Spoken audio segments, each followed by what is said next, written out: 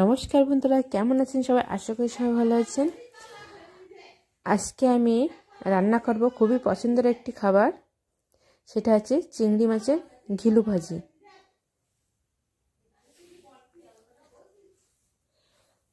আমাদের এখানে চিংড়ি মাছের টাটকা ঘিলু পাওয়া যায়, আর শীতকালে সেই ঘিলুটা খেতে খুবই ভালো লাগে। এখানে আমরা বাজার থেকে কিনে নিয়ে আসছি।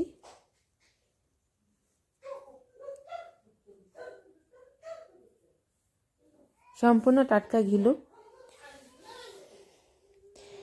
এখন আমি এগুলো ভাজার জন্য কড়াইতে দিয়ে দিলাম তেল। তেলের ভিতরে দিয়ে দিলাম পেঁয়াজ কুচি, তারপরে দিয়ে দিলাম রসুন কুচি।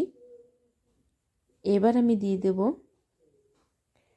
কাঁচা লঙ্কা, কিছু ছোট ছোট করে কেটে দিয়েছি আর কিছু আস্ত দিয়েছি।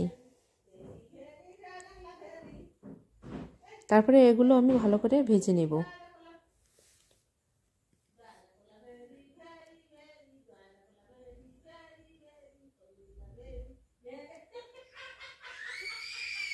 এগুলো আমার ভেজে নেওয়া হয়ে গিয়েছে।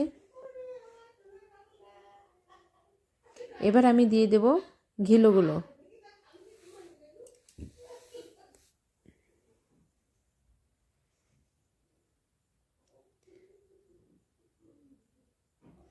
তারপর আমি পেঁয়াজ রসুনের সাথে ঘিলুটা একটু ভেজে নেব। এরপর আমি দিয়ে দেব স্বাদ মতো লবণ আর সামান্য একটু হলুদ।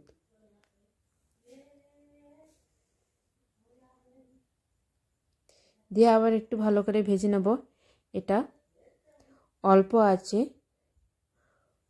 একটু ভেজে নেব, আর অনবরত নাড়তে থাকতে হবে যেন তলায় না লেগে যায়।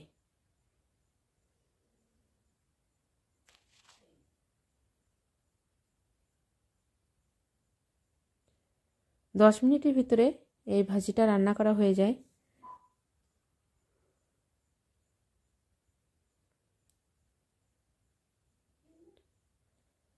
দেখেন কত সুন্দর কালার হয়েছে, আর তেলটাও ভালোভাবে উপরে উঠে আসছে।